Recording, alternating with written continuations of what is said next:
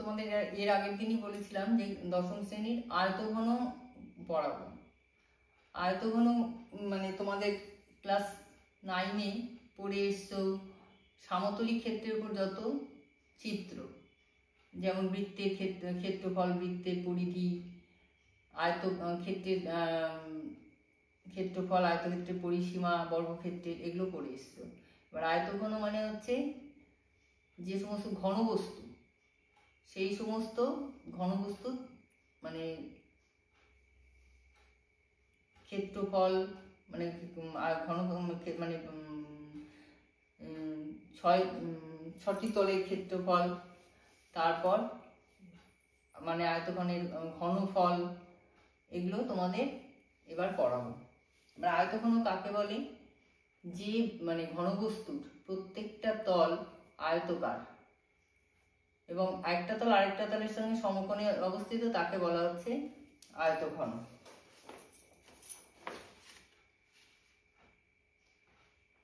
বা আয়তঘন বা সমকোণী চৌকল।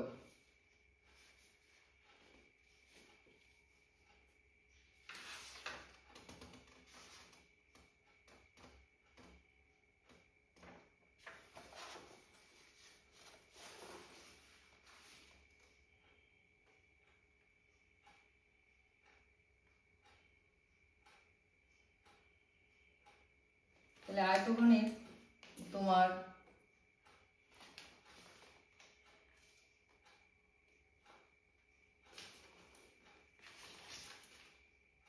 কয়েকটা সূত্র আছে, সেই সূত্রগুলো বলে দিচ্ছি। সেটা হচ্ছে যেমন ঘনবস্তুর আয়তন বা আয়তঘনের আয়তন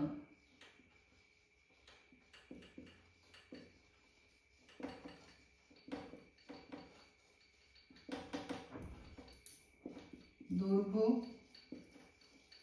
ইন্টু প্রস্থ ইন্টু উচ্চতা, ঘন একক।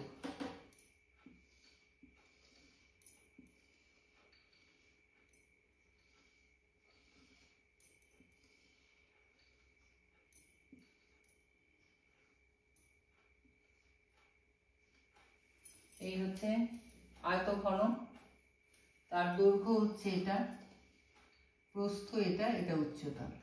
যে আয়তন হচ্ছে দৈর্ঘ্য ইন্টু প্রস্থ ইন্টু উচ্চতা। এবার হচ্ছে সমগ্র তলের ক্ষেত্রফল।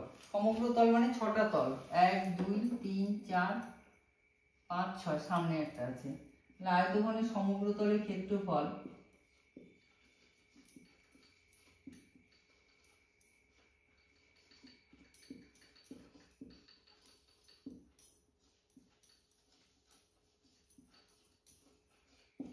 ছটা তল আছে, তাহলে এই তলের ক্ষেত্রফল কত? দৈর্ঘ্য, এই যে নিচে যে তলটা তার ক্ষেত্রফল কত? দৈর্ঘ্য ইন্টু প্রস্থ, দৈর্ঘ্য ইন্টু প্রস্থ, এটা উপরে নিচে, তাহলে দুটো, প্লাস এই যে এই তলটার ক্ষেত্রফল কত?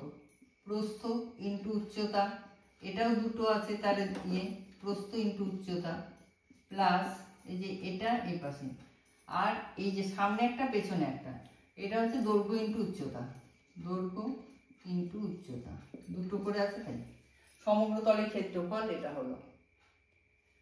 আর আয়তঘনের কর্ণ হচ্ছে, কর্ণের দৈর্ঘ্য, কর্ণের দৈর্ঘ্য হচ্ছে √, দৈর্ঘ্য স্কয়ার প্লাস প্রস্থ স্কয়ার প্লাস উচ্চতা স্কয়ার। এই হচ্ছে কর্ণ।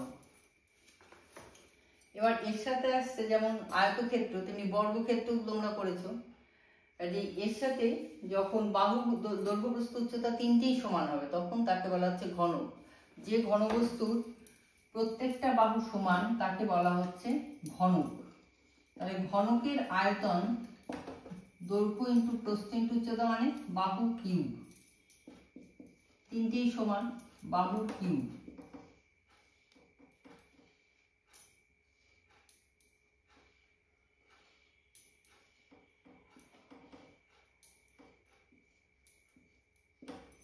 বাহুর কিউব।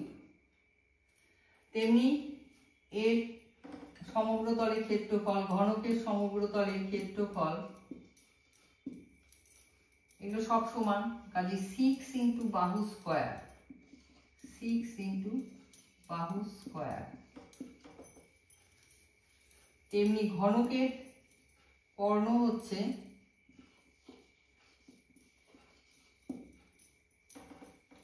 বাহু √3, বাহু স্কোয়ার প্লাস বাহু স্কোয়ার প্লাস বাহু স্কোয়ার, 3 ইন্টু বাহু স্কোয়ার, বাহু বেরিয়ে এলেও রুটের বাহু ইন্টু √3। এই হচ্ছে সূত্র, এর সাহায্যে অঙ্ক করব।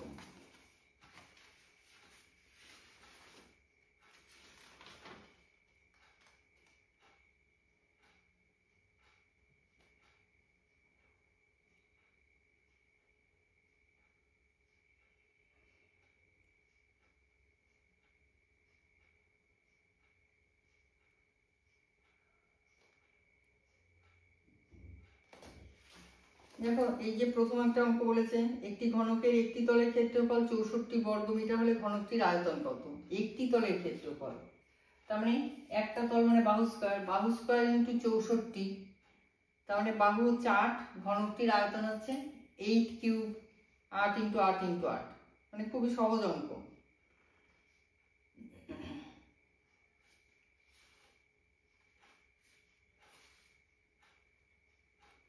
পাঁচের অঙ্কটা দেখো, বলেছে আমাদের বকুলতলা গ্রামে 2 মিটার চওড়া 8 ডেসিমিটার গভীর একটি খাল কাটা হয়েছে। যদি মোট 240 ঘনমিটার মাটি কাটা হয়ে থাকে তবে খালটি কত লম্বা? অর্থাৎ আয়তন দেয়া আছে আর প্রস্থ আর উচ্চতা দেয়া আছে, ইয়ে বের করতে হবে, দৈর্ঘ্য বের করতে হবে। তাহলে এখানে ধরি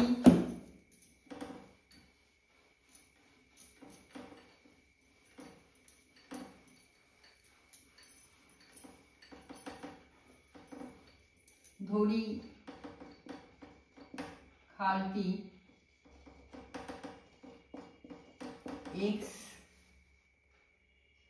ডেসিমিটার চওড়া, 1 ডেসিমিটার লম্বা। তাহলে খালটির আয়তন x ইন্টু 2 ইন্টু 8 এত ঘন ডেসিমিটার।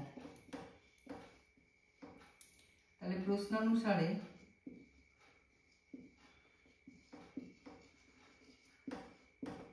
x ইন্টু 2 ইন্টু 8 সমান 240, তাহলে x সমান 240 বাই 2 গুণন 8, 8 দিয়ে কাটলে 3 8 24, 0 2 দিয়ে 15, তার মানে খালটি 15 ডেসিমিটার লম্বা বা 1.5 মিটার লম্বা।